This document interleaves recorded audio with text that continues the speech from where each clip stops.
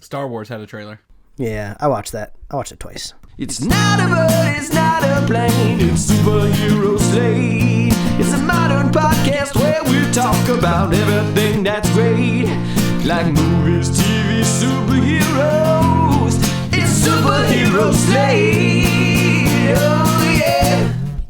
Hello everyone and welcome to Superhero Slate, the show where we run down the latest superhero entertainment news. We love TV, movies, and superheroes, so let's talk it all out. My name is Chris Dillard. And my name is Mike Royer. And this week we're discussing the final Star Wars trailer. Ooh, exciting stuff. Probably not the last one for the year. I think there's going to be another Mandalorian one, but who am I? Who am I to say? We're going to be celebrating the Joker being the highest R-rated film, probably. That's a good thing, right? Mm-hmm. The highest, I think you mean highest grossing, right? No, it's the highest. It's the highest level. Yeah, it's the highest grossing R-rated film. Thank you. I'll put that in there. There you go. We're looking forward to Marvel's Phase 4 offerings below. Got a little Marvel section in today's show and more. Man, Chris, I feel like you got a little extra pep in your step, and that must be from the alligator jerky you were chewing on just before we started recording. I just downed some alligator jerky. I've got me a cinnamon Coca-Cola, a little bitty can. Gotta watch the calories here. I am just living my life with exotic food enjoy this weekend. Yeah, you had some like tea flavored Kit Kats the other day. Oh no, they're peach mint flavored Kit Kats, and they're white chocolate, very subtle, very very good. But there's like 5 in that bag. So Japan has some of the best stuff. Yeah, I feel like we've definitely talked about Kit Kats on the show before, but a friend of the show, Quentin Parker, went to, I believe it was E3 earlier this year, or maybe it was some other video game expo. It's got to be E3. It's the only one that I can think that's in Los Angeles. And he sent us in the group chat the picture of these Kit Kats that he were eating. It was like these new Kit Kats duos. They're like mint chocolate. And I'm a huge fan of Kit Kats. And we don't have like any fun flavors of Kit Kats here in the United States. Like I think there might be like a dark chocolate Kit Kat, but that's basically about as far as it goes. You have to go to Japan or other parts of the country to get the fun flavors. So I've been waiting for this flavor to drop like ever since July. Like every month I'm at the grocery store. Maybe it's this month. Maybe it's this month. So like finally I just did what any other informed consumer would do is I just went on the Kit Kat website to figure out when they're coming out, and it's December, so now I actually have a month to wait for. But I thought it was funny that on this branded Kit Kat official webpage, they specifically said like a lot of people reach out to us and say they want the fun flavors that are in Japan, so we're going to try to make that happen. So it sounds like there's going to be maybe some other flavors hitting the candy aisle soon. Well, I've seen the Halloween ones this season, the orange. But those are just different colors. I don't think that's really different flavors. No, it's pumpkin pie is the one this season. You can get it at Target. Pumpkin spice. That's pumpkin not pie, not pumpkin spice, Mike. And what do you put in a pumpkin pie to get that flavor? I'm not putting pumpkin spice. I'm putting real pumpkin in that pie, okay? I'm hoping it's real pumpkin. You also have to put nutmeg in it, and cinnamon, and cloves. That's how you get the pumpkin pie flavor, man. Those are spices, not pumpkins. There's no spice from pumpkins, okay? I'm not here grating the outside of it. And then also, there's a Halloween apple pie one somewhere. I think it's a purple color for Halloween. So, I mean, candy, food. We could have a whole food-based podcast. And we've talked about this before because we love our snacks. Well, we're in this really weird zone for October right now, where this was the last weekend of October. So all of the Halloween parties happened like last night or over the weekend, or who knows? Maybe you could be at a weird like Sunday afternoon Halloween party. Right now, but now we just are kind of like in this slow trickle till October is over. Like, what is Halloween on like a Wednesday or a Thursday this week? Who knows? So like maybe the only like real upside is maybe like your office might be able to have a potluck actually on Halloween this year instead of trying to fit it in before the weekend, but. We're in like the transition between fall and winter. And Chris, I was going to ask you this since you kind of keep up more with the zeitgeist and the news of video games. But the last I checked in, like this is kind of big video game season right now towards the end of the year, where a lot of big titles come out just before the holiday season.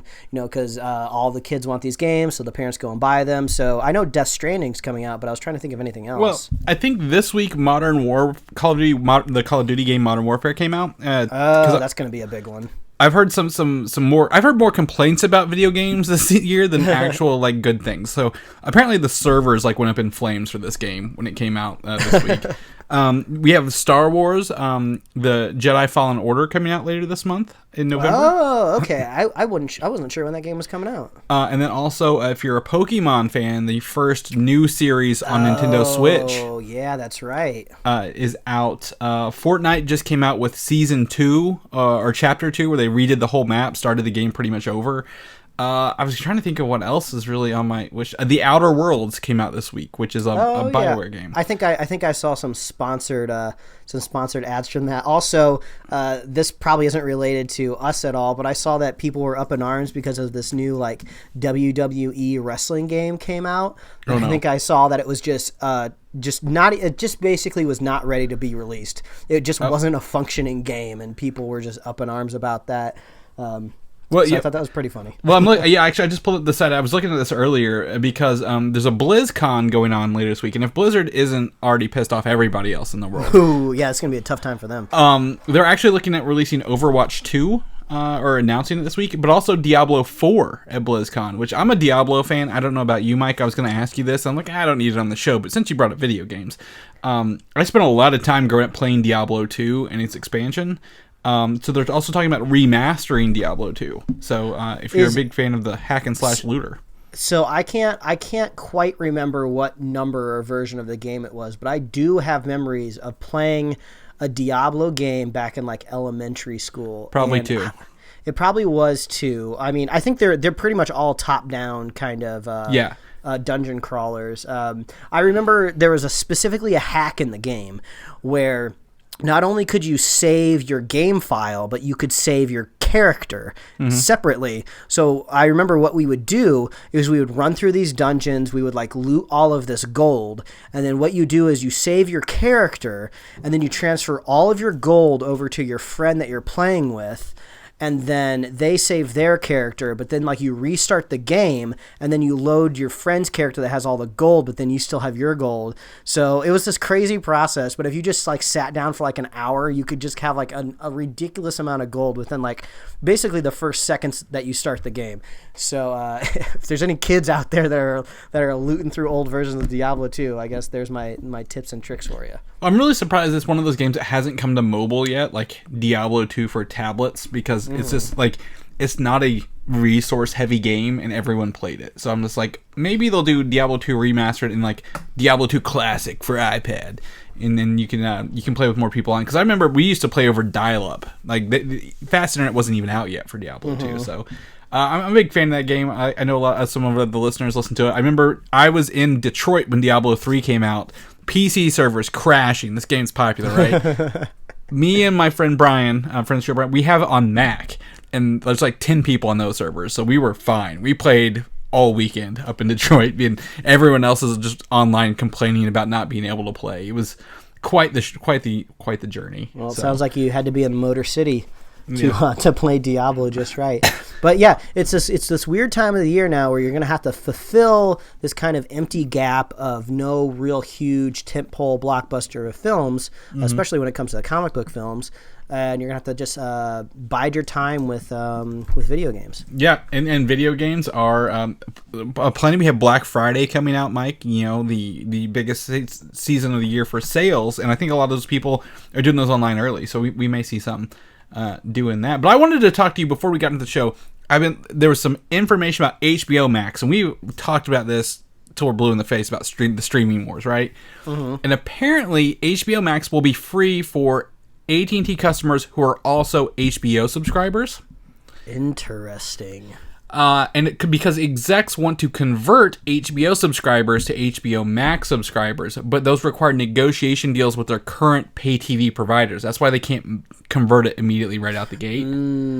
Well, so this I feel like this is big news, but it doesn't affect me because I'm not an AT&T customer. So, but what this makes me think is, since these executives are very much worried about the subscriber number, like eventually they're going to have a board meeting after HBO Max launches, and they're going to have to talk to all of their shareholders and say, we have X number of subscribers, so they want that number as high as possible. So this is one way to get it. But also it makes me think that, who knows, maybe HBO Max might end up being the same price as normal HBO Go because they don't want to turn any people off. Or I don't know, maybe they'll just bundle all of those numbers together. Like, oh, we have like 1 million HBO Max / HBO subscribers. So it seems like the numbers game is going to be really, really big moving forward. Like it seems like when people are going to be writing about the streaming wars, I don't think they're going to really care too much about the revenue. How much is Netflix bringing in? How much is Disney Plus bringing in? How much is HBO Max bringing in? Because all those numbers could mean different things depending if your company's running debt or if it's, has a bunch of like investors out there in Silicon Valley like Netflix does. It's probably going to be just purely the subscriber numbers. How many subscribers do you have? So that's going to be like the game. They're going to try to game that system somehow. Right. Well, and honestly, the whole point about this, we've talked about the pricing for HBO now, and we were like, oh, they'll just add it to HBO for free. This tells me they're not going to do that at all. Like you are going to have to pay for HBO. You'll have to pay for HBO Max, and then that's what it'll be. They won't add it to the $15. So if you want to get it all, you're going to have to double down on whatever it is.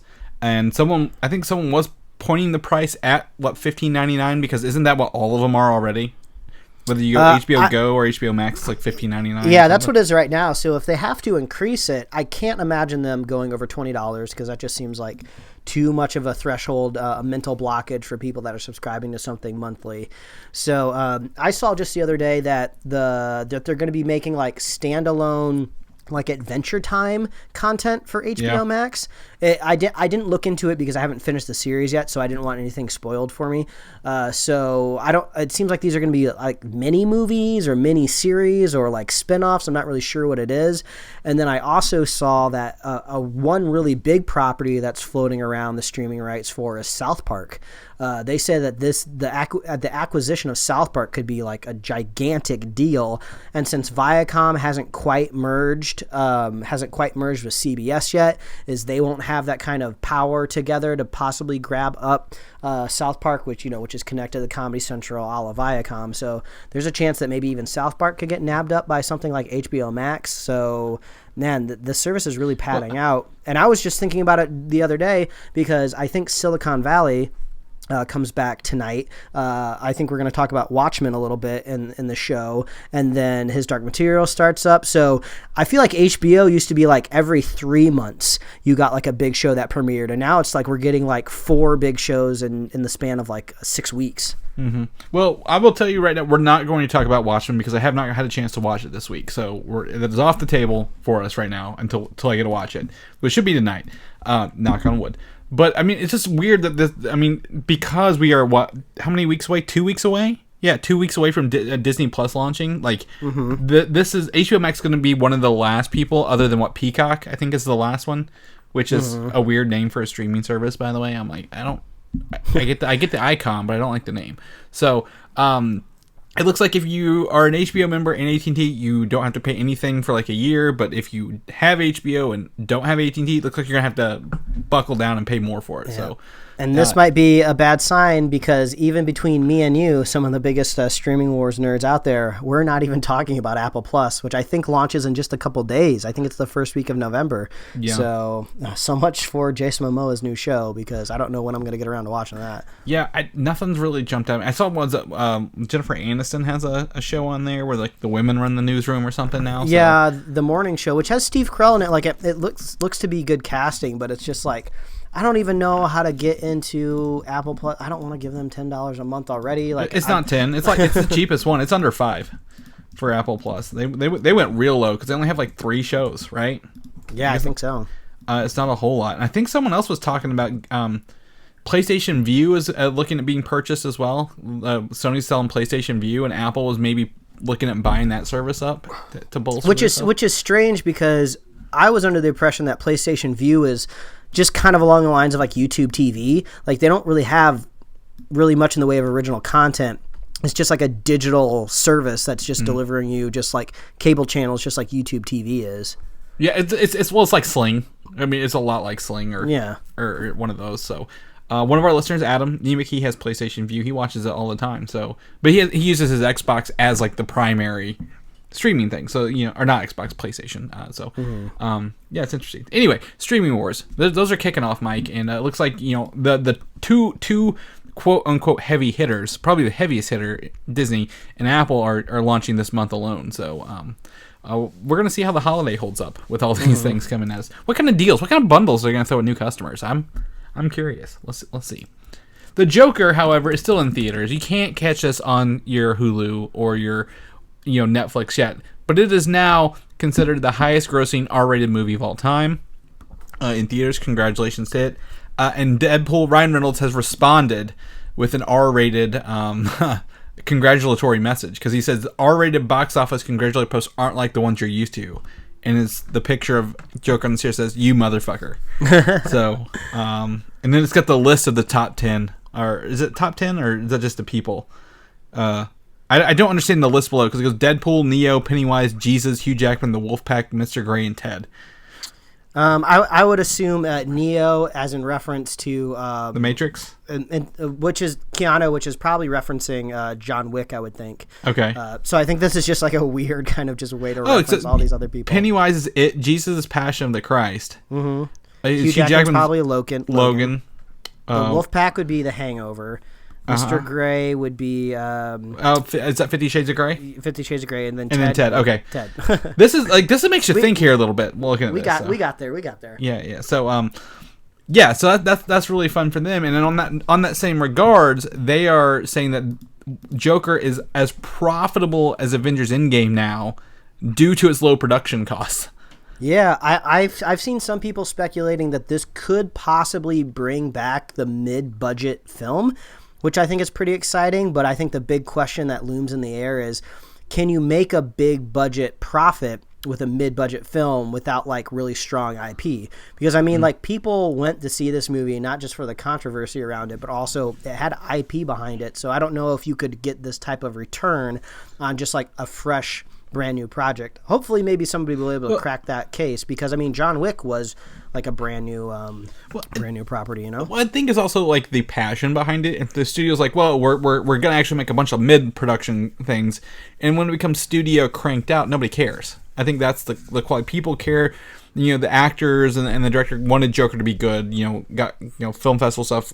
John Wick was like a comeback for Keanu Reeves. I'm trying to think what was Taken, wasn't it like a mid-range thing for Liam Neeson that kicked off his the Liam Neeson or whatever, the Liam Neeson. Yeah, I don't know how to say whatever that. So I mean, there's got to be passion behind it. It's got to be good. A lot of these take those VFX or stunt artists or stunt directors and put them in the director's shoes. You're probably gonna get some good stuff that looks good, that isn't just relying on green screen forever. So I think my favorite outcome from this film is, I saw just the other day that people are flocking to that staircase that's shown in the Joker. I guess it's actually in the Bronx, and people are dressing up as the Joker, going on the stairs. Everybody's getting their pictures with it, which I think is harmless. I don't think is a big deal to me. But then I saw this article that was kind of composing these people's like hot takes, like people saying like, "Oh, don't come around the Bronx. This this isn't your neighborhood. Stop visiting this staircase." And it's just like, just get over it, people. It's just that. It's in terms of movie, like, this is so harmless of what could have happened. In terms of the zeitgeist, this is essentially the Breaking Bad house and people throwing pizza on it. Where people show up at the Walter White's house that was in the show, which just came back on Netflix for this final movie, and they're throwing pizzas on the roof of the house. Yeah, I just think it's funny. I mean, if people were being like truly disruptive, like taking like cartons of eggs and like throwing it all around, that'd be different. No one's shooting television hosts on the stairs to reenact the Joker. Okay, it's perfectly fine. It's just harmless fun. Just leave people alone. In that regard, did you see the one good Saturday Night Live sketch of the year, where they do Oscar the Grouch, but it's Joker? Did you finally get around to watching that? Then? Oh, I did. As soon as I think I saw it on that Monday, and I was trying to share it with people. I'm like, you got to watch this. Like, this is the one good one for the year. Yeah, that's still getting around. I follow some people on social media that are like still like sharing that with some of their friends. So it's been a while since something on SNL has kind of really strike through that maybe wasn't totally based around the election. So good for David Harbour for making something good this year. Yeah. I've talked to several people. One of the listeners of the show, Superfan Jim, he got around to watching Hellboy this weekend. He was like, other than some bad CG, not a horrible movie. I stand by him on that. But I mean, that movie is on sale everywhere you go. I saw it very cheap today at a Meijer, so you can go pick that up. However, we can look forward to comic book movies next year. We finally get a DC sequel, Mike. Finally. Wonder Woman 84. And the director, Patty Jenkins, has confirmed that Pedro Pascal, who we see in The Mandalorian very shortly, will be playing the villain Maxwell Lord, who I believe was in Supergirl Season 1 and was in Smallville before that. And rumor is he could be a god in disguise, kind of like Wonder Woman 1. I really hope that's not the case, because that's way too much of the same thing going on. But his powers, if you don't know Maxwell, includes influencing through suggestion, like mentally influencing and saying a word to like suggest people to do his bidding, kind of thing. Well, I think the few official photos that we've seen of Pedro Pascal in the movie, he's dressed up as like a affluential businessman, so that would make sense that power would translate to like success in business.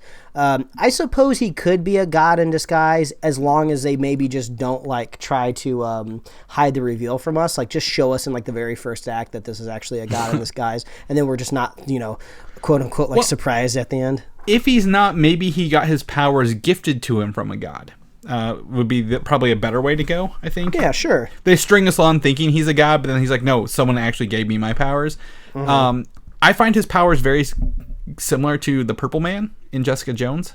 So I'm just like, hopefully this isn't something they're just like, oh, that was a really good guy. They're never going to make another Jessica Jones with him, so we can use it now in this, female-led movie. I don't know. I'm excited to see Wonder Woman 84. Maybe we'll get I think we're overdue for a trailer. Maybe we'll get one at Christmas time with Star Wars coming out. So we'll cross our fingers to see some more of that. And if you're not tired of the CW shows, Green Arrow and the Canaries is filming the pilot for hopefully what becomes a series, Mike. This is the potential title for this Arrow spinoff, which would make no sense if it's called Green Arrow and the Canaries. Yeah. Unless there's a Green Arrow in it. And maybe it's the daughter from the future. I don't know. Is there any draw for you to go watch this show if they make it? I mean, I've been out of the show for so many seasons now, but since the last season is going to be so short, it's going to tie in with this big epic crossover event. Maybe I'll try to dip in and see if I can see what's going on here. But the only reason I could see them maybe calling it Green Arrow and the Canaries is you put Green Arrow in the title to maybe grab some of those people just very easily with the title. The Canaries might not be as overt, saying like, oh, this is a superhero show. But I don't know. I've heard from some insider sources that just the CW in general is trying to reduce their episode numbers of their shows. They're it seems like maybe doing episodes that are like 20 plus in a season is a little bit of a legacy thing that might stick around for something like The Flash, but new shows might stick in the realm of like 10 to 13 episodes. Then you can kind of just move them around throughout the year. I mean, we saw this a little bit with Agents of S.H.I.E.L.D.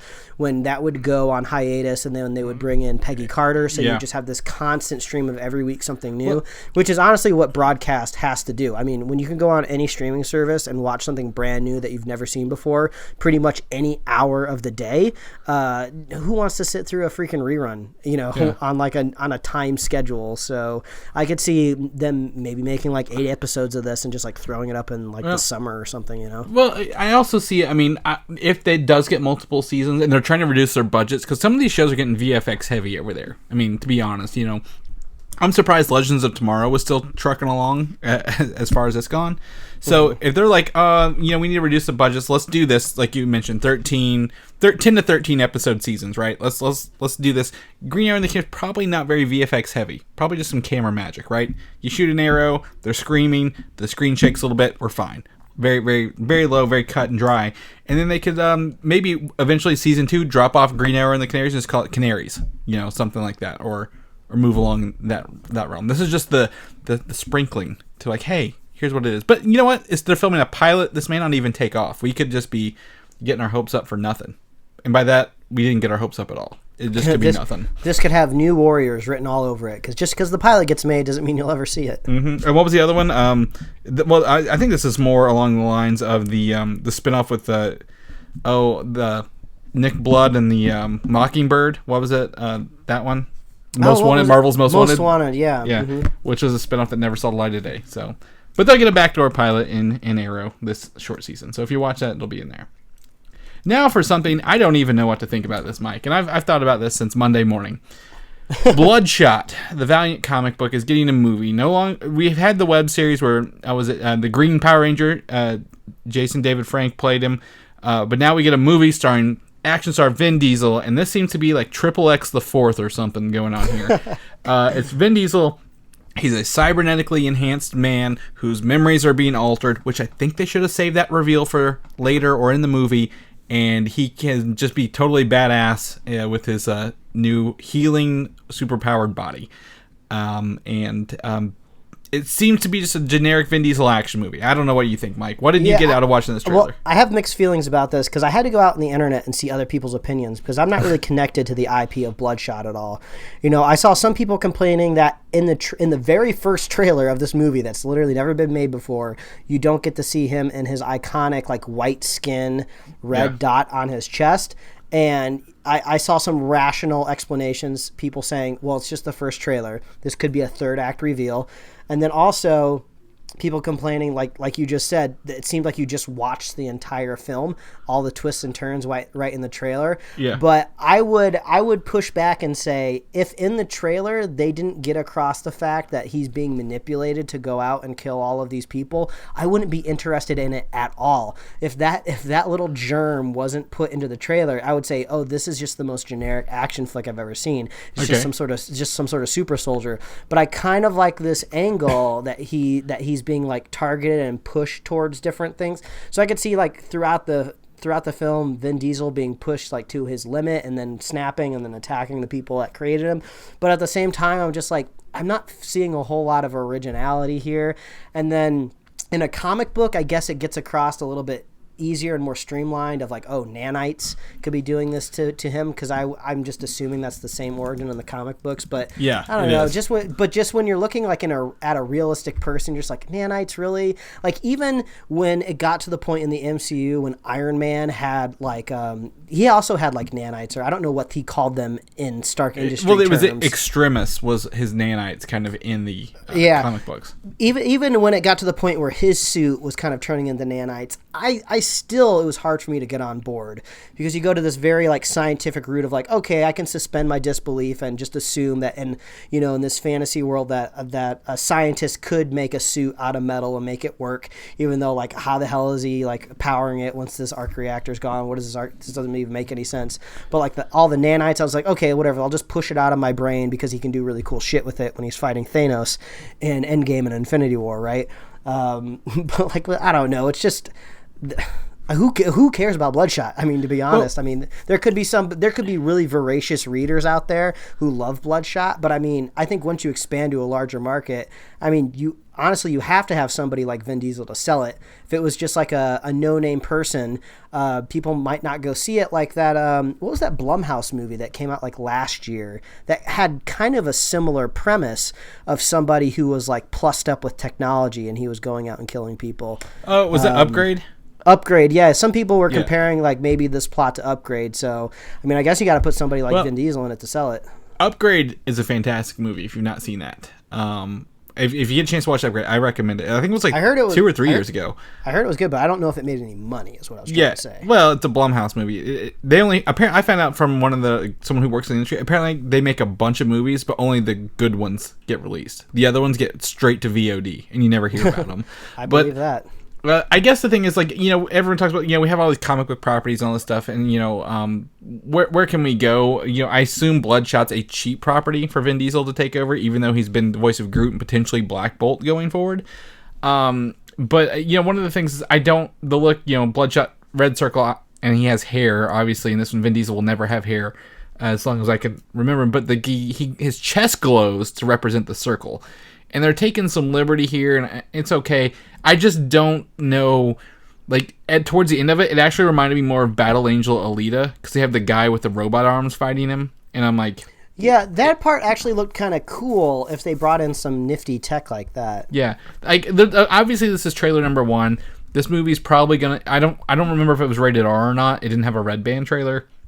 It's gonna kind of go under the radar probably a little bit. Some people will watch it. It'll just be a generic action movie. I don't think we're going to be talking about how great Bloodshot was and how much it changed our life, but it will be something else to add to the, other than just Marvel and DC characters, other, like, this is one of, I think, Rye and Bloodshot and maybe Man of War, and you've probably heard of none of those, are Valiant's biggest properties, which is, other than Image, I think the fourth biggest publisher. So, like, I'm glad they're making some. I just wish they weren't as generic. So it's hard for me to attach myself to this trailer at this point in time. So Upgrade, just to give you a heads up, made only $14 million worldwide, which seems incredibly low. But it only had a budget of $5 million.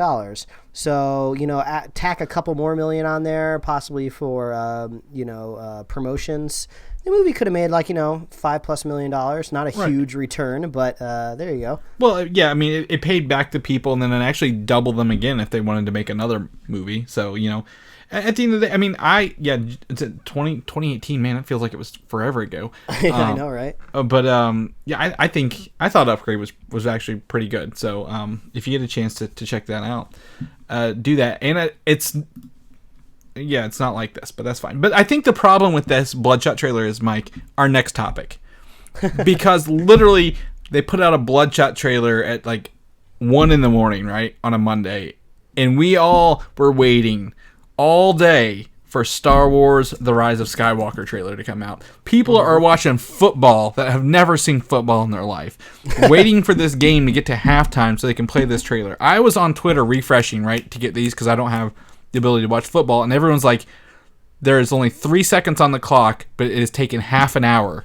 to get through this. Oh my God. In true sports ball fashion, Mike. So everyone is waiting for this last Rise of Skywalker trailer, and because the tickets are going to go on sale when it's done. Well, guess what, Mike? Tickets went on sale well before that thing came on. I've got 2 showings that are an hour apart because I did not want to miss my 5 o'clock showing, but it wasn't available yet. So I went ahead and bought 2 sets of tickets as backups. I can take it back. Did you get your tickets for this? Well, yeah, because I saw you texting me saying I was literally on the road, on the freeway, and of course tickets were about to go on sale. So I was like, oh my God, hopefully they're still there once I get back. But I think kind of like the sneak attack possibly worked out in my favor, because I have a feeling that maybe they launched the tickets earlier because they knew that the big super nerds would know about it ahead of time, and we did. Yes. And we went in there and we got our tickets, and then the big general public would get their call to action during the football game, and hopefully that would kind of spread out the load on the server. It sounds like that probably didn't work because we heard some people out there, Fandango wasn't working for them. Fandango crashed. AMC, my local one, had all the theaters shown as sold out immediately because there's reasons behind this I know, and I can't say on the show, and I about did, so I'm sorry for our listener who told me this information. Gotta keep secrets. But so what had happened was, like, so AMC put me in a queue for like 30 minutes, and then I went to a thing that said all of these were sold out. So I'm not even getting to go to my theater of choice. I'm going to the theater with the reclining seats, and guess what seats I chose, Mike? The ones in the middle that have like a walkway in between them. There's handicap on the left, handicap on the right, and I'm right in the middle, so no one will be sitting in front of me for this movie. Ooh, that sounds pretty nice, man. I'm very stoked for this. But this trailer, Mike, wow. I'm excited. Do you have Star Wars hype? Yeah, I mean, I swear it's like the psychological connection to the John Williams score that does it every time. I mean, you just put lightsabers on a screen, play some John Williams music, and I'm on board. There's some exciting stuff going on in here. I feel like we don't really have any specific direction on what exactly is going to happen in the film, right? So I feel like the last time we left off, like, Rey was in this kind of weird place with her character where she was like, she was trying to like deal with Kylo, like trying to like, try to get him on her side, or at least on some sort of less manic position of how the Force should be used. And she felt a little untrustworthy towards Luke because she wasn't really sure what he was up to. So I feel like her character was in flux the last time we saw her. In the previous trailer we saw, she had like that switchblade lightsaber. She's all cloaked up. Don't know what to think about that. So I thought maybe we might get more of that in this trailer. But we're not really seeing any of that like red glowy lightsaber symbolism over her face. Like the trailer ends with the blue lightsaber bathing her face, and I believe there's a line possibly from Princess Leia that comes across, or maybe it's Luke. It's Luke and Leia saying she's like the we are with you always. So it's Luke and Leia split down the middle. There's a lot of Emperor Palpatine in this trailer. lots of dialogue. Lots of VO. The throne is actually I pulled this. Someone showed artwork from the Macquarie guy who does all the conceptual art since the first Star Wars. He drew that for Return of the Jedi, and now that's Emperor's throne in this movie. Obviously, I think that the Emperor's on like a big walker. There's an over the shoulder shot with the cloaked hood going on. I will. This is just gonna. I'm so hyped to see this movie, Mike, because we talk about whether you like The Last Jedi or you like The Force Awakens or you like the first movie. Was it Phantom Menace? The production of Star Wars is always 110%. And I feel it even more. All the spaceships that came together in this, a lot of spaceships, whether they're good spaceships, bad spaceships, the water, like they're fighting lightsabers in the water. She threw the lightsaber in this one too, didn't she, at the beginning through the forest? I mean, there's a lot going on. And there's a very emotional C-3PO moment. Someone who's been through this through every movie. And he's like, I'm looking at my friends for the last time. So what's going to happen to C-3PO? Yeah, I feel like some people were saying, oh, maybe he's getting like decommissioned or shut down. Or I think maybe he's just like, unfortunately, they're about to leave on their last adventure and he has to stay put in his location. So he's just watching them all branch out for one last time. There's the other shot from the other one. He has the red eyes. So I think maybe he might get reprogrammed for something. Yeah. So one thing I'm trying to figure out is, so is the Emperor still alive, like flesh and blood, just on like some sort of gross life support like Vader was, which would make sense in the context. We've seen people kept alive in Star Wars, so that wouldn't be that big of a deal. And even if he was really old or whatever, who knows, the dark side, could keep people alive for that long. It kept Darth Maul, who was cut in half, alive. Yeah, exactly. Like hate will keep you like crawling across the floor when your legs are cut off, basically. Most of the Sith, their goal is to live forever. So they probably have some way to like, somehow live through horrible wounds for a short period of time. And if they can get to something, they'll save them. Maybe that's what they do. And then also I mull the idea around in my head is, possibly maybe he's a Force ghost, but I feel like Force ghosts are reserved for just the light side of the Force. That seems to be like your reward for being one of the good guys, is when you get struck down, you become stronger than you could ever imagine, and you get to be a ghost that lives on. It's hard to imagine like rewarding the bad guys with that ability, so I feel like he's got to still be alive, flesh and blood. But it makes me think, when you get to the final confrontation, like we finally see Emperor Palpatine again, who's basically been like the common through line along with Skywalker through all these movies. Who does he finally clash with at the end of the film? Like, does he clash with Rey? If Rey is actually like a Skywalker, I guess thematically that makes a little bit more sense, because we know Luke's gone, and I don't know. It's hard for me to imagine a blue Force ghost in any sort of confrontational situation. What if it's a red Force ghost? Because like when we saw Yoda in the last film, it was like in a relatively peaceful scene. I mean, there was a tree on fire in the background, I guess, but it was just a conversation. Every time we've seen a blue Force ghost, it's just been conversation. It's hard for me to imagine like a clash where the Emperor's firing lightning and then there's a lightsaber blocking it, and then like Luke is in the background like, hey guys, knock it off. I know I can't do anything, I'm just a projected Force ghost here, but like, knock it off. This is not good. This is Dragon Ball Z all over again, where Gohan's fighting Cell, but Goku's dead. He shows up behind him and gives him the push.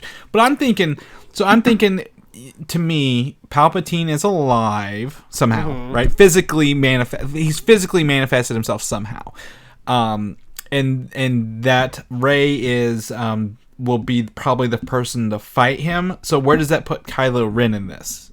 Do you think he'll flip flop or? Yeah, because I feel like may I pitch an idea that the Emperor has siphoned off Kylo's power or life force somehow to bring himself back through the dark side. Maybe he's speaking through Kylo. Spotty. I don't know. I'm just spitballing here. Yeah, well, I mean, I'm looking at our Star Wars bingo card right now. Okay. Right now, whip it out just to see if we got anything from this new trailer. So, I mean, we're talking right now about Force Ghosts, and on our bingo card, we're crossing our fingers for 3 Force Ghosts in this movie. So, praise God that we see just at least one, or we're just gonna totally lose that square all entirely. I think with Luke talking, we're guaranteed at least one. That's true. which is an old Luke Force Ghost. Yeah, old Death Star will appear. We didn't really see. We saw some more wreckage in in like a speeder clip. Well, like. But also there's the throne room. Rey and Kylo are in the throne room of the old Death Star. Oh, is that where that was? Okay, Yeah. so maybe we can start crossing off our bingo card now. Yeah, I mean I think I'm looking at the same thing. Yeah, because 4 down from 3 Force Ghosts is old Luke Force Ghosts. So I think we're feeling pretty good. Very excited. I'm very excited for this, Mike. We're going to see this. Also, I just want to throw out there, this movie is going to be 2 hours and 35 minutes, the longest so far. Okay? That's a lot of movie to put into this. It's not quite Endgame, which it could have been, but that's fun. The Death Star 2 remnants, this is notes, are on a planet called Kef Bir. They're not on Endor. All right. So, I pulled that because that new Star Wars game is coming out. And lastly, before we switch out, I wanted to ask you something, Mike. What is your episode watch order when getting to episode 9? How do you watch Star Wars? Because I pitched some ideas to my wife. She's like, "Are we going to watch them all beforehand?" Because I'd like to. I'm like, "Great. Here's some ideas." The number 1 is 1, 2, 3, 4, 5, 6, 7, 8, 9. Okay, we take out was it Rogue One and Han Solo? Okay. The one she's leaning for is what I call the machete order. Yeah. It's 4, 5, 2, 3, 6, 7, 8. So no New Hope at all? Nope. No. That's New Hope. It's 4. So you take out Phantom Menace. So you have New Hope, Empire, Attack of the Clones, Revenge of the Sith, Return of the Jedi. Okay, yeah, that's machete order right there, yeah. Because that would be because literally if you look at it, what does a new what does Phantom Menace do for anybody? At the end of the day, it doesn't do a whole lot, which is the whole reason why they've made a whole watching order that excludes it, called the machete order. Exactly. Also, you can do 4, 5, 6, 1, 2, 3, 7, 8, 9 release order. What else, Mike? Anything you want to pitch that? Because I think we're going to do machete, but I mean, I still enjoy Darth Maul. I mean, you definitely don't need Solo, that's for sure, especially since Han is gone and he's probably not going to show up in this movie at all because I can't imagine him being a ghost. You can't just pass Force Ghost powers around willy-nilly, so I don't think he's going to be popping up in this film. I'm always a fan of just the context of historical release order. Okay. Because if you watch the machete order, I get it, like narratively, it makes more sense, bouncing around. But also, truly, if you were recommending it to somebody that had never seen it before, I would tell them to watch it in chronological release order so they would understand the context of everything that happened.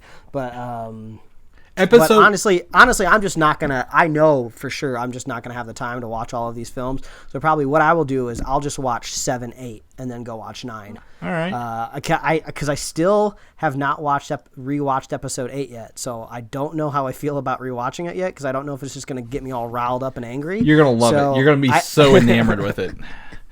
We'll find out, but I know for sure I have to rewatch 8, and I got to do that before we go see Rise of Skywalker. Yeah, I think the only thing one adds that I would say is relevant to this is the introduction of Sheev Palpatine and how he came to power with literally just manipulating events to his likings in that first one. Other than that, I don't think there's much. But because this ninth movie wraps up a whole arc, I think that would be the reason I go back to 1. So I've got to put these on the calendar so I can watch these long movies before it hits in December. So. Stoked, Mike. I'm so stoked for Star Wars. Speaking of, we are getting the Star Wars show we've always wanted, the Obi Wan Kenobi show. And with that, Ewan McGregor has said the series will consist of 6 one-hour episodes. I mean, that sounds about in line with what we have been getting reports out of Disney Plus. I don't think we've had any reports of any series being long at all. It seems everything's within like the 6 or 8 episodes. Yeah, 6 or 8. Maybe some of the animated stuff might be longer. Was it Marvel's What If? But like that, I don't think that counts. Yeah. But Ewan McGregor says he's known about this for about 4 years. He's been lying to people about not coming back as Obi-Wan. So he's like, I'm so glad I can finally tell people. because his new movie, Doctor Sleep, is coming out, I think, next week or in a couple weeks. Oh, yeah, so he's probably on press tour right now. He is on press tour during the release of Disney Plus and the announcement of this show. So God help him for actually answering questions about the sequel to The Shining. So more power to him. So we're going to switch gears to other shows we might have to watch on Disney Plus because they've been canceled. Cloak and Dagger. Man, this is really heartbroken here. I can't believe it's canceled after 2 seasons on Freeform. Because I didn't watch it. I didn't watch it at all. But the characters will still cross over on the Runaway season 3, which has probably got one foot in the grave as well in its season 3. I saw that the showrunner of Cloak and Dagger was out there on Twitter kind of expressing his feelings for the show, saying nice sentiments like, he was glad they were able to, actually I don't know if it was a man or a woman. They were glad to create what they created. They had a really awesome crew. They really put their heart and soul into it. And there seemed to be a little bit of frustration over the fact that they believe that the show was canceled due to all of the shakeups over at Marvel Television. And that very well could be true. I mean, it seems like Feige is trying to rein all this in and really pick a strategy for television. I think put out interconnected content is the key word here, right? Because I've watched The Runaways. I've watched everything on Netflix. Nothing on Netflix referenced anything but the 2012 Avengers. And now, in the MCU, they are now in the year 2023. So how can you take Cloak and Dagger in The Runaways and make that work in the larger scheme of things? I totally understand where this is coming from. So I mean, yeah, and all of these TV shows are going to have to reference the blip. I mean, that was a humanity-wide phenomenon. I mean, if we're talking just the Battle of New York with the Netflix shows, I mean, theoretically, if you lived in another part of the world, you could have just not really have heard about it, or maybe you didn't care because you didn't live over there because it was just isolated to just basically downtown New York City. But the blip affected the entire universe, all of existence. So every TV show is going to have to reference that in some way. Yeah, I mean, even Spider-Man did, but they did it in a funny way with that guy who grew up 5 years and was in their class. Yeah. So this is pretty good. So Cloak and Dagger, no more. We'll probably. I think Runaways is going to be on Disney Plus, so this will probably be as well. But speaking of Marvel TV, with all this shakeups, the Marvel Feige being promoted as chief creative officer, I think was what it was, or chief operating officer. Jeff Loeb is finally on his way out of a leadership role. Thank God, before he ruins something else. He did this with My Ultimate Comics, and now he's doing it with the television. I shared an article with you earlier this week listing a platter of options you could choose from where Jeff Loeb has messed up. Yeah, I read through that. But the biggest one, I was like, he had to spend $100,000 on a TV budget, okay, to fix Medusa's wig on Inhumans, which didn't look that good in the end to begin with. So, literally, that's just blowing money right out of there. And I guarantee you, studios pulling the plug on TV projects like Cloak and Dagger. This is, I wouldn't say why New Warriors didn't get off the ground, but why Ghost Rider got canceled, and why Runaways will probably be next on that chopping block.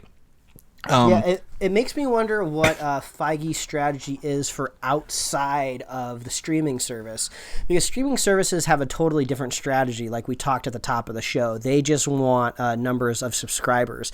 When you're talking about broadcast television, you always need something new to air. You're looking for longevity. You don't necessarily want to greenlight something that's just going to get 6 episodes, even if it's on a smaller network like Freeform. I think you're looking for at least 10 because you want to be able to play it more than 6 weeks in a row. So I'm kind of curious what Feige has in the ideas for maybe something like lower rung. Of course, like Falcon and the Winter Soldier, or Hellstrom is filming now. So I mean, I bet that gets plugged. That gets pulled the plug some way, because I would imagine they're probably just filming a pilot at this point in time. Well, I mean, I think it got a full order for Hulu, and then there's the animated stuff they're working on. I bet there's some lower rung things. He's like, I don't care about these characters. We will never use Damon Hellstrom, ever.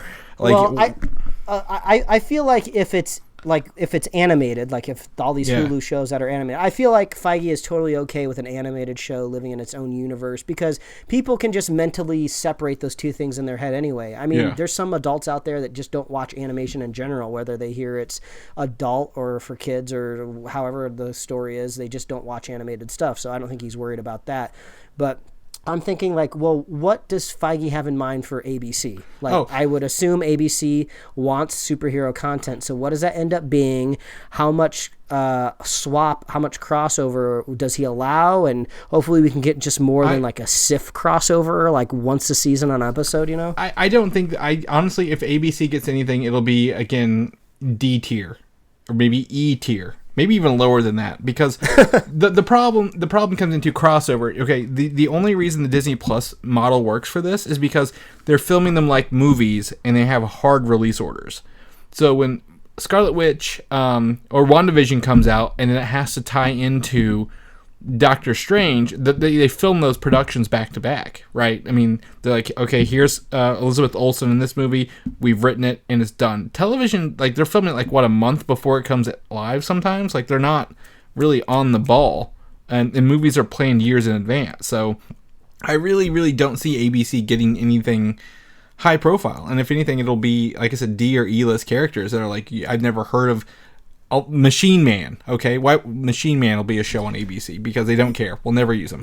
You know, honestly, there could be a reality where ABC doesn't get any superhero shows at all moving forward. I mean, outside of Agents of S.H.I.E.L.D., I mean, they fumbled around with Agent Carter a little bit, tried to get other stuff off the ground, but you know, outside of Agents of S.H.I.E.L.D., ABC hasn't really ever had any other superhero content. I mean, the CW is the exception, not the rule. I mean, they are the superhero TV show powerhouse that cranks them out like every night of the week, sometimes twice a night. So I could see a world where just ABC doesn't need them, you know? Right, and the CW difference is because CW had a show, Fox had a DC show, they're making DC movies. None of those are connected. Marvel set like a precedent, which, whether that's good or bad, is going to dictate what becomes live on broadcast television. It seems like Jeff Loeb was just an executive who was, whether you liked it or not, doing his job, trying to make deals and make money. So he was just like, yes, I'm totally fine, you know, with a Mutants TV show on Fox, whether or not he had input with that or not. He's like, oh, I'm fine if Cloak and Dagger is over at Freeform.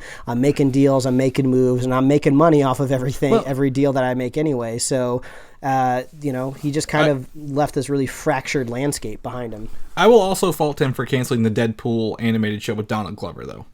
Oh yeah, that was a bad mistake. That was a bad move too, because that would have been on FX, which would have been owned outright by Disney. So that could have been something very easily that could have been moved over to Hulu with all of those other animated shows that are going on. And it would have been animated, so no one would have thought, if they referenced the movie, it's also Deadpool. Nobody cares. Like, have some fun with it. And you would have had Donald Glover in your wheelhouse. I mean, that guy is probably getting offers and development deals every second that the clock ticks in Hollywood. So if he's on your doorstep, you don't let him go. No, especially not over an animated show like that. So, but also, apparently Marvel Entertainment CEO Ike Perlmutter, who is notorious for being stingy and making like people dig staples out of the trash can and paper clips to reuse them as office. Like, when Iron Man 1 came out for the press junket, they like gave out bags of chips and canned water to the press people. And he's also, I think, in, not to get political, Donald Trump's political cabinet for veteran affairs, which makes no sense because he's a comic book publisher. Like, yeah, I've heard some troublesome thing about his politics, and whether I mean, it's not like I think giant corporations are on the side of like the working class or the little people, but I think Disney wants its political opinions just not out there. I mean, I'm sure they have them, but you don't want to broadcast them as much as Ike Perlmutter was doing, you know? Yeah. And currently is doing, and it's turning off a lot of people who would want to work for Marvel. Like, well, no, your guy in charge is going against me and stuff. So yeah, I think in that article they mentioned a specific story about how a creator turned down a deal because they didn't like the politics. Which is, I mean, wow, the cojones on that person for turning down a deal with one of the biggest studios in Hollywood. I mean, they really stuck to their convictions. Yeah. So. Yeah, we'll see what Marvel happens as you know, as what's his name, Bob Iger moves towards retirement, and you know, they continue to make great things, and we look forward to Falcon and the Winter Soldier coming out next fall, starting production, I think, last week or this week. Apparently, Sebastian Stan, he's been at Comic-Cons, and he said apparently Bucky's arm from Wakanda has more features that we have not explored yet, other than just shooting a gun. Ooh, I love fun technology. Yeah. I'm totally down for Wakanda tech doing cool stuff. Yeah, Shuri created it, and I guarantee you there's some really cool things in there that they just, because he was dusted as soon as he got it, like, well, we haven't seen it all. So I think that show's going to be great, and that the show could possibly revolve around what was in the comic books called the Mad Bomb, in a viral manner. It's a device that turned the general public into unhinged, mindless mob bent on destruction and violence. And I see your next bullet point was exactly what I was thinking when you said that. Kingsman? The first Kingsman. Yeah, I don't know. I mean, obviously, Falcon and the Winter Soldier, they need to have some sort of mission. They need to be dispatched to solve something. So I'm curious. This could be 6-8 episodes, whatever it ends up being. I'm curious if they're going to be following one thread through all of these episodes, or maybe it probably is too short to be Monster of the Week type deal where they're solving a different crime every week. So, I guess possibly the Mad Bomb. Yeah. Well, I mean, it also, instead of making it a device, make it like a virus, like a biological weapon. I mean, with Bucky's experience in spy and espionage and stuff beforehand when he was unfrozen, and the Falcon essentially being Captain America now. So having to do this, I'm looking forward to seeing if they do something with this. I think it's not a bad choice for their first outing, right? The first Disney Plus show from Marvel, making it big. In that regards, there is some very small vocal minority on the internet causing, voicing concern for having Jeremy Renner be Hawkeye going forward, because he's having some sort of spat with his ex-wife through some sort of court system. I don't know. This is the whole Johnny Depp Amber Heard situation all over again. But apparently there's been some not rumors, maybe with these troubles, his personal life troubles coming to light, or being true or not true, that the executives might remove him from the Hawkeye show. I don't think that would be possible, but maybe in like a reduced manner, and focusing on whoever Kate Bishop whomever may play him, especially if it's Haley Steinfeld from Bumblebee. So yeah, I have not looked into this spat. I have no idea what it's about, so I feel like I can't really add much to this conversation. But what I can say is, if it's not something extremely egregious where people can really get on board with it and start tweeting out a hashtag, there's a good chance that there's enough road in between now and whenever this Hawkeye show is going to come out that people will forget about it to begin with. Just because, I mean, if you're comparing it to Johnny Depp, I mean, he's still out there getting roles, so it obviously wasn't that big of a deal for him. So I won't put my opinion out there because I don't know any of the facts, but I guess it's something to keep an eye on. That's for sure. Right, and I don't think it'd be the same as the James Gunn thing, but like, if you get fired from Disney, you can get rehired. Yeah, I guess we have seen that happen. You make some amends, you're good. So there's that. Also, moving along the Disney Plus train, Miss Marvel has been pretty much confirmed to start filming in April, which was way earlier. Like, Hawkeye's not even in production, and it was announced before that. So assumedly it's coming out before it, but Miss Marvel wasn't given a release date. Same with Moon Knight, whatever. But if they want to move Miss Marvel up, hey, go for it. I'm down with this. Even the guy who played Black Bolt, Anson Mount, in the show that nobody talks about, except us earlier, about how bad the wig was. He's like, there's apparently talks even in Hollywood of Vin Diesel campaigning for that role and taking over that role going forward. So for Black Bolt, Vin Diesel took my job. I know. Someone else could have been Bloodshot and Black Bolt and Groot, I guess. So I think this is fine. Miss Marvel seems good, right? More Disney Plus shows, great. Yeah, I'm down for Disney Plus to finally launch. I mean, it seems like I'm gonna watch The Mandalorian and then maybe catch one or two of these movies that they're gonna have released, and then I'm just gonna be like twiddling my thumbs, waiting for the next big release. So you're gonna be watching the X-Men animated show. You're gonna be watching the Spider-Man animated show. You're going to be watching, what else was on there? Gummy Bears, the animated show. The Anna Kendrick holiday original movie, Noelle, where she's like, what is she, like the sister of Santa or like the niece of Santa? I don't know. Yeah. Or the Lizzie McGuire reboot with the that's not ready to go yet. Yeah, well, it's out there. They're taking photos. They're probably filming it behind the scenes. I don't know. But you can even go watch Old Yeller. I think it's on there. But yeah, Ms. Marvel coming out. Spider-Man Far From Home. In case you wanted to see the regular YouTube version of the Daily Bugle's Quentin Beck video, they finally put it online, which is a horrible edit anyway, so why would anyone think this video was real? Yeah, that's the big takeaway I even had from when I saw the reveal in the movie in theaters. Like, if they're going to take like this Alex Jones angle for J. Jonah Jameson, I think that's fine. I think that's a topical way to put it. But also, you need the people in the world of the MCU to take him as seriously as we take Alex Jones. Yeah. Like, if Alex Jones came out with a video that said like, oh, this hero that everybody loves that literally saved the world not long ago is a creep that tried to execute a bunch of people, I would hope most of humanity wouldn't believe this person. But maybe it's just going to be just enough of annoyance to just make things a little bit harder for our hero, which usually makes for better storytelling. So, yeah, hopefully nobody takes him too seriously. Yeah, and hopefully, I want to see... I don't want like a quote-unquote in-credit scene cameo from him. I want something good. Like, I want substantial Jonah Jameson, right, in this new one. Because he just kind of came up out of nowhere, but we've also not been in New York, like, for any of his movies. We've been on the outskirts of New York or Europe. So, give us some big city swinging Spider-Man, you know? Like, let's see Spider-Man swinging downtown in New York, doing his web thing. If you like those movies, though, coming up in December... I think December 5th, Sony is releasing a 4-pack of Spider-Verse movies, Mike. You get Spider-Man Homecoming, you get Far From Home, you get Into the Spider-Verse, okay? Stop there. Yep, Stop Venom. there. Nope, Venom. Oh, People like Venom. We don't have to be as big as fans. People like Venom. But I think for like a 4-pack and a steelbook, you know, I mean, it's pretty good. It's a pretty good grab if you haven't bought any of these movies yet.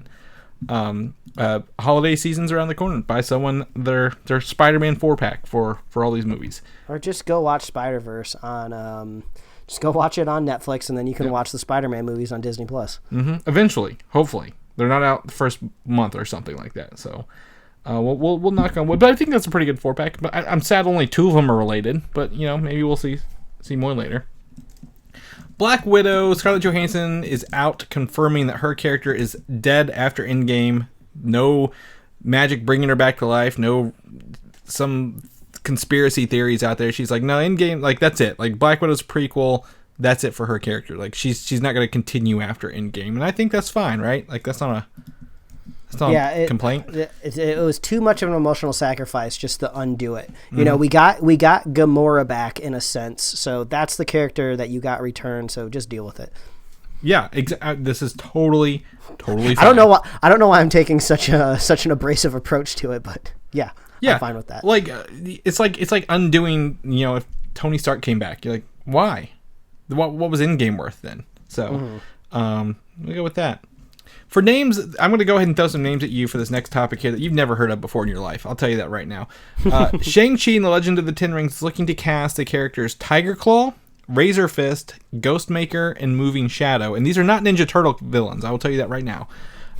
As antagonists, and they're saying it could be like a martial arts style tournament that he has to fight in against these people. That would be so cool, because that's scratching the martial arts tournament itch from Dragon Ball and Dragon Ball Z growing up. That would be so cool. That would be a cool event to kind of bring Shang-Chi around. And also, we've talked about this 1,000 times, and everybody else out there, how Marvel movies try to focus themselves around like different genres, you know, heist films, thrillers, crimes, political thrillers, whatever. What if Shang-Chi was kind of like a sports movie in a sort of a vein, where he like moves his way up through this martial arts tournament? That would be so rad. You're gonna see so many MMA t-shirts with Shang-Chi on it after this. I tell you what, you gotta walk into Walmart and find them. I mean, I've said it before. Follow Simu Liu on Twitter. I saw him. He was retweeting some people's Shang-Chi cosplay for Halloween. So he's so on board for this character. I'm really looking forward to his movie. Yeah, I think what a lot of people were saying, it's going to be a lot like the Jean-Claude Van Damme movie Bloodsport from the 90s.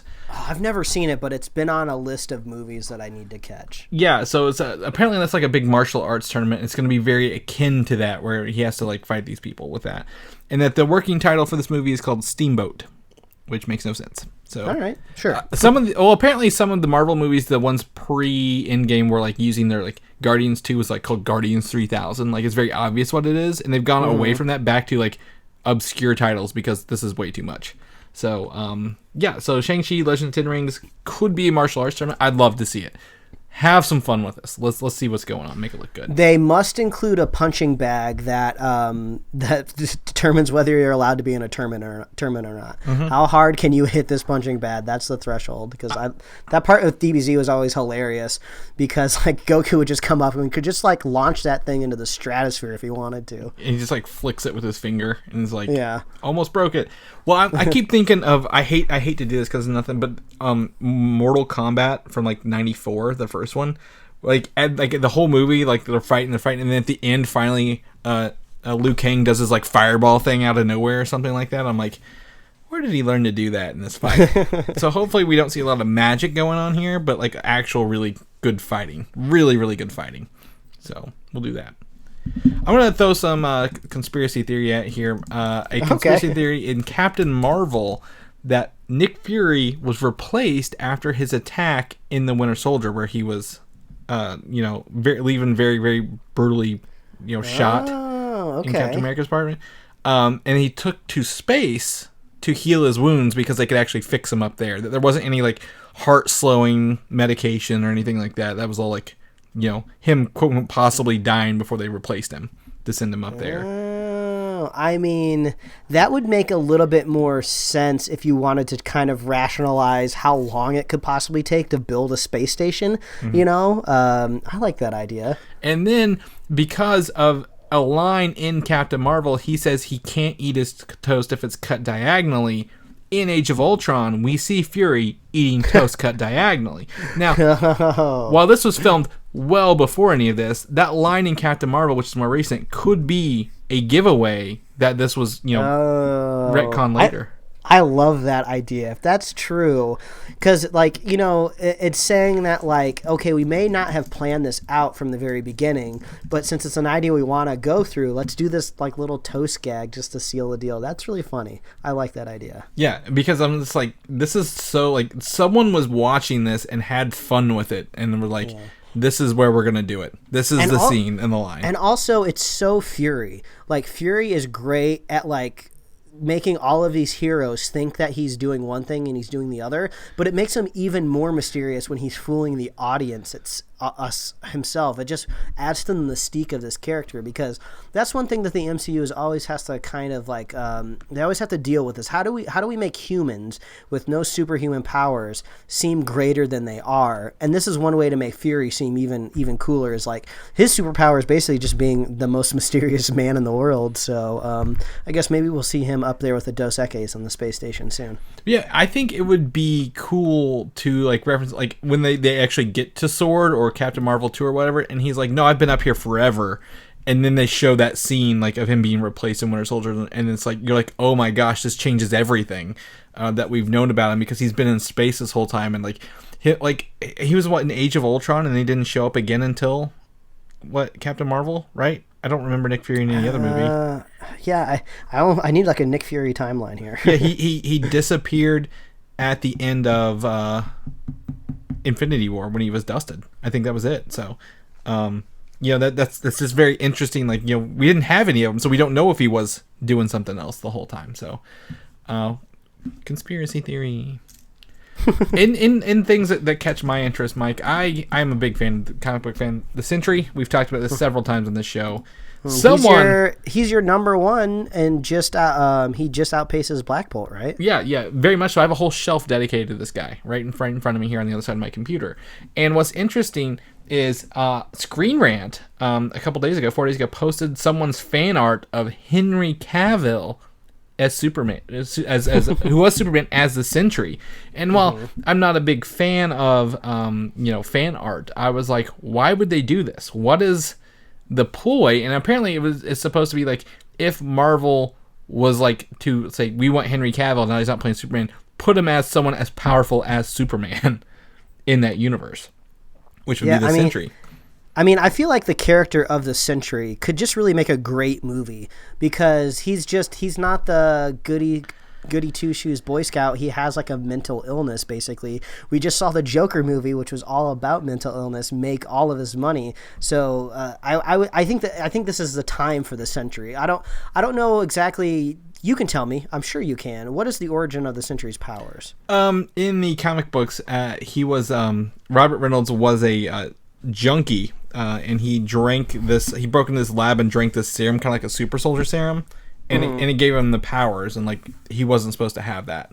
Okay, so that seems pretty inconsequential to the point where basically you could probably in the MCU give the Sentry his powers pretty much any way you want to, but it probably has to be at his own fault, like he was on a bender or something like that. So maybe instead of him being on a bender and drinking a mysterious liquid, maybe he's on a bender and he falls into a vat of something, or he crashes his car into something, or there's something that has to explain. He was doing it looking for another way to get high, pretty much is what it was. So I mean that's what it is. I mean, and that shows he really wasn't a good person to begin with. He just happened upon it, and that splits him into the Sentry and the Void, the good and the bad psyches in his head. So I mean, there's an opportunity here. I don't know if they'd ever bring the Sentry into someone that powerful to the MCU at this point, but maybe once Chris Hemsworth and Thor kind of leave the fold, maybe that would leave room for the Sentry to come in. Mm-hmm. We've always talked about Norman Osborn coming in with his Dark Avengers, and the Sentry was on the Dark Avengers team.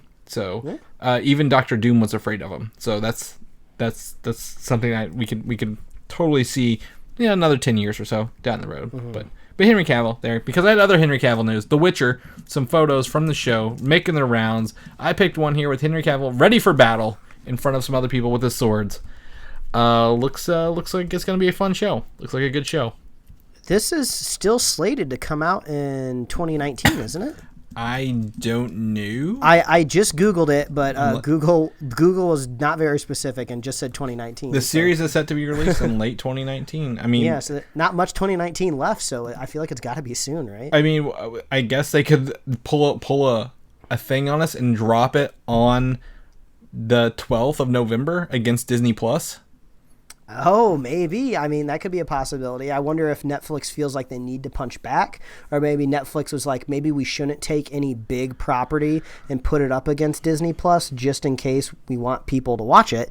But, I've said it before and I say it again. I love watching really expensive TV shows. So this one looks really expensive. So I'm down to watch this. Yeah, they say the trailer is set to be released this October, and we're only a few days away from that beginning. And I would say at most when they release a trailer, you're a month away at most to the film. So maybe it's possibly the weekend of Thanksgiving. Maybe they want to drop it, give people a holiday weekend to watch 10/30. On October 30th is Luca Comics and Games, which is a convention, and that's when the trailer is going to be dropped. So Wednesday. Oh, okay. Yeah. So that makes sense why we're seeing these photos. Yeah, that basically puts you right at the edge of November. So possibly, that's going to be my guess. Thanksgiving weekend. Yeah, Thanksgiving or possibly early December, because there's a couple weeks before Star Wars hits where nothing's going on. So about the same thing. And lastly, for Netflix, Stranger Things, their other big money maker, season 4 is to have 8 episodes again and debut after summer 2020. So over a year wait till the next Stranger Things. Well, at least it's not a 2-year wait like last time, so I'm all right with that. Yeah, I was looking at my secondary box of Coke from that because I still have that. Because they sent me 2, and I'm like, well, I've got this thing to put on my collector's shelf somewhere. Yeah, there you go. Maybe they'll bring back some other vintage treat to promote the next season. I gotta suggest people go out and watch this trailer because it was presented to me when I signed into Netflix just the other day. It's kind of funny and a little cringy, but some people might like this type of stuff. So Netflix has a new prank show where it looks like it's a little bit of punked mixed with kind of like a supernatural feeling. And I have a feeling they made this show because I was also presented a similar show on Netflix maybe about a year ago, but it was like 10 plus years old. It was like an old prank show. I think maybe MTV produced it, where you put like normal people in like a situation and then like creepy ghouls or goblins show up in the office that you're filming them in or something like that. But the really funny part about this is, how Punk'd operated across the assumption that Ashton Kutcher would pop out, right? And at the time, Ashton Kutcher was a well-known person. So, I know I'm punked because now I'm looking at this celebrity that just hopped out of a van and he's punking me. Well, this new prank show swaps out Ashton Kutcher for Dustin, the kid from Stranger Things. Really? So literally in this trailer, you see somebody go like, wait a minute, who's that person? So I'm just imagining all of these people who are being traumatized on this prank show, see this celebrity pop out, and they're just like, why does this kid look familiar? Oh, isn't that the kid from Stranger Things? So it just feels like there's so much weird stuff going on in this prank show. Like maybe it was Dustin's idea to make it, and Netflix was just like, well, you're in Stranger Things. You can do whatever the hell you want on our platform. I don't care what you do. It's like, I want to do a prank show. But I don't know if I'm going to watch it, but the trailer was at least really weird and kind of funny. So I have no idea what it was called, but you can go find it on Netflix, I'm sure. Yeah, I mean... There's very few good things on Netflix these days that are original. So, I mean, if you think it's good, I mean, take Mike's recommendation. He's never steered us wrong. Go check out BoJack Horseman. They're in the last season. They're doing 2 parts. The first 8 episodes came out this weekend. The last 8 episodes of the series is, I believe, coming out in February, or maybe January. So BoJack's been a very solid animated series. So Netflix got that going for them. So go check out BoJack if you haven't yet. Yeah, I mean, that's only twice we've talked about that today since we got on the microphone. So. There we go. That's it for the show this week, Mike. I'm pretty stoked for next week. I don't really have anything to look forward to this week in news, so hopefully we can see what pops up. But if people want to know what you're up to, where can they find you at? Well, they can find me at Mike Royer Design on Instagram and Twitter. You can read my webcomics at pickledcomics.com. Chris, if people want to catch up with you, see what you're doing, where can they find you? You can find me on Twitter, Valdan, Valdan, or Instagram, Valdan87. Maybe I'll take a picture of some of this exotic jerky I got at Cincinnati this weekend. You can also have the Comic UI. I'm very excited to announce I will be at C2E2. Superhero Slate has been approved for press, so I will be there. I was going to go either way, but I got to go represent the show, Mike. I will do us proud. I promise. I suggest you do this with the jerky, since you said you have a bunch of different types of animal jerky. Unwrap the jerky, take a picture of it, and put it on your Instagram story, and then ask people what animal that they think it is. Ooh. You can do like a yes or a no, or I think you can do like a multiple choice, like so you can list like 4 animals and people can guess what it is. How many animal emojis can I pick in that review session? Oh yeah, you could do emojis. Yeah, hopefully your jerky corresponds to emojis. Yeah, me too. I really hope so. So I'll do that. If people want to know more about our show and they want to listen to some other episodes, where can they find us at? Oh, it's so easy. All you got to do is visit superheroslate.com for all the resources for the show. You can find our awesome show notes. So if you want to check out all of these links and images and trailers that we talked about in the show, just head on over to superheroslate.com. You can subscribe to us on Apple Podcasts, YouTube, Spotify, wherever else you'd like to listen to podcasts. Well, can I interject and say shout out to listener Chris Kidman for setting up a CarPlay automation. When he plugs in his car, it plays Superhero Slate for him. So that's hella cool. That's incredibly baller. That's how you become a super fan. By setting up automations to listen to our show. That is so badass. Even when it's not a new show, just listening to the old shows. That's ballsy. that is ballsy. But you can like us on Facebook, follow us on Twitter and Instagram. You can get merch for the show at superheroslate.com/store. We love hearing from you. Reach out and let us know what you think about the show. If you want us to talk about something, do you have your Disney Plus subscription ready to go? Are you getting Apple Plus, I think is what it's called, Apple Plus, right? Are you down for HBO Max? We want to hear from you out there. Are you excited about Quibi? We're going to be talking about Quibi as soon as they sign a show that we want to talk about. So look out for Quibi. And also, we love our super fans. If you want to be a super fan of the show, all you got to do is share the show with a friend, share the show with a buddy, and I'm sure Christopher Kidman out there can help you set up an automation for doing that. Yes. So we love you guys out there, and we'll be back next week. Yes, we will catch you then. See ya. Thanks for listening, and don't forget to subscribe. Well, I'm gonna find out. So here we go. All right. Ooh.